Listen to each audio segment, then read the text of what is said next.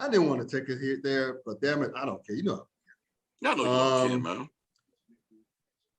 Can we be real that like college football, as we know, big time, big money college football as we know it, has been made on the backs of a lot of these black kids who could have went to HBCUs. Most definitely. Let's just be real about it. And so it's as if, and not just, I don't think Nick Saban portrayed it as much, but other coaches have. Other media people have, like, especially during Travis Hunter's recruitment, when he made this announcement. It's like, God forbid, HBCUs couldn't have nice things.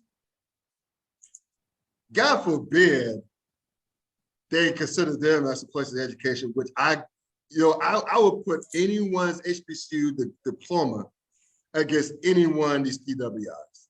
I would put my experience at A&T as a graduate student. I would put your degree. I would put my wife's degree from Spelman. I would put my brother's degree from Winston State. I would put one of my favorite cousins' degree from FAMU against everybody else's.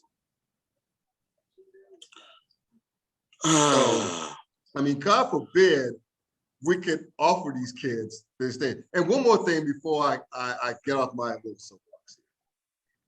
Because again, I've been looking forward to wrap up with you ever since the Nick Saban news dropped. Remember this guy named Kevon, is it Thibodeau? I think his last name? Kevon Thibodeau. He was looking at Florida A&M as a potential landing point and ended up in Oregon. Yes. And he was the guy he was talking to, he's a Morehouse alum. I forget his name, but he was on Brother from Another podcast. Shout out to them. Okay.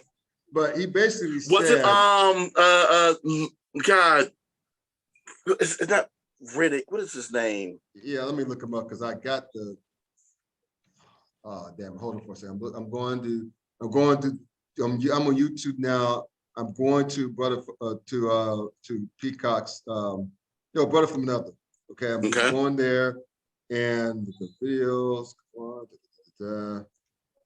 Of course, I can't find. I had it teed up not too long ago. I'm looking at them right now. I can't pull it up. But anyway, the point being is that he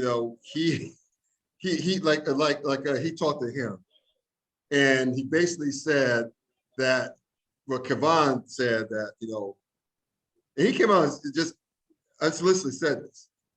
For these kids, black kids in particular, these 3 stars who've been overlooked by the Power Fives and some 5 schools, to strongly consider, well, not Group 5, but a lot of bigger Power 5 schools to consider coming to the HBCU, because one thing he did, he said that he really dug the atmosphere. Yeah. And he appreciated it for what it was. It's just, again, he chose Oregon.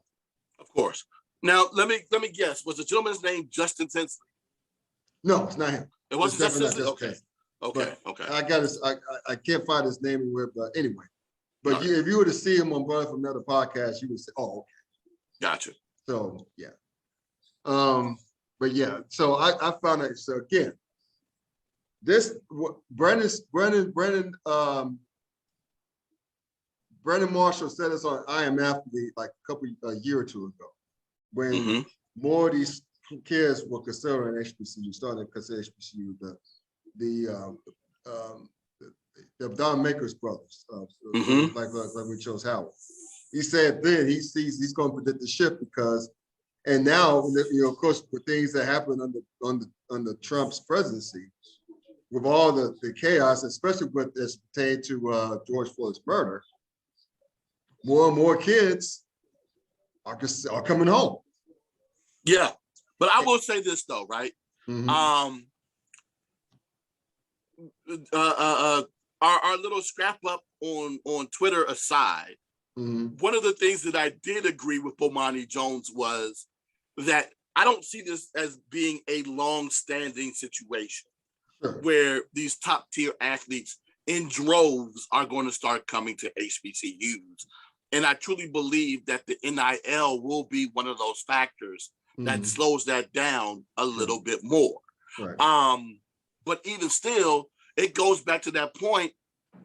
even if we as HBCUs are capable of using NIL deals to attract these student athletes, so be it, man. God, Jackson State just got a pair of Louboutins. Nick Saban over in Alabama got him a whole closet of Fendi, Chanel, Gucci, and complaining about our one pair of shoes. That's a good way to put it. That's a great example. God, man, that's we can't have example. one nice thing, man. Right. Not a one. That's a great point. And that's a program. That's an awesome point. Yeah. And this is Jackson State, who is looking to get back to prominence. Right. You know what I'm saying? Mm-hmm. Yes, they just recently won their conference, but they didn't win the Celebration Bowl. They're still looking to do that. You know what I'm saying? And he's worried about one guy going to an HBCU. Come on, man. Let it go. Right. But again, I just blame that on him being an old man, not knowing necessarily how to phrase that thing. And he did it wrong by including names and institutions in his wrong pattern of calling things out. And I'll say one last thing, because I think we're beating this dead horse to death. But nevertheless, it's a great. The only way to kick something that's down if it's close by your feet. Why not? It's already right there. It's easy. There you go. The carcass is staying right there with the flies buzzing out. Exactly. But I'll say this in Nick Saban's defense, believe it or not, I'm gonna say this in his defense. He thought that it was at a closed event. He didn't think there'll be cameras, but people don't realize we got these. And especially if he says something, if he starts going off on the rails, they got these babies right here. They hit the record button, and that's what happened to him. His name is Nick Saban.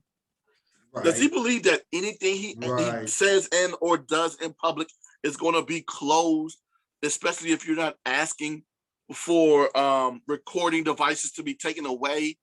No, I'm gonna record you because you're Nick freaking Sabans. You're Nick freaking Sabans. People are going to record everything you say because there's going to be a potential of you saying something crazy. And you know what? Congratulations, you did it, Bama. You did it. You know, I could probably get away with doing some stuff like that unless there was somebody in the audience who was hating on me and looking to be like, I'm waiting to catch D Nash say something crazy. Aha, I got him. Hey, because he would be that commenter, lying ass nigga. Exactly, right? Because we all know, if you know me, you hang around me long enough, there's going to be a chance of me saying something crazy. But I digress. Dude, you know better. Yeah. You can't come out here acting like ain't nobody going to record me because I'm supposed to be in a private setting. Nah, Bam, you Nick Saban. I'm going to need you to be a whole lot better than that. But again, that's a privileged attitude there to think that no one was going to record you, even though you are who you believe that you are, dude. Stop playing.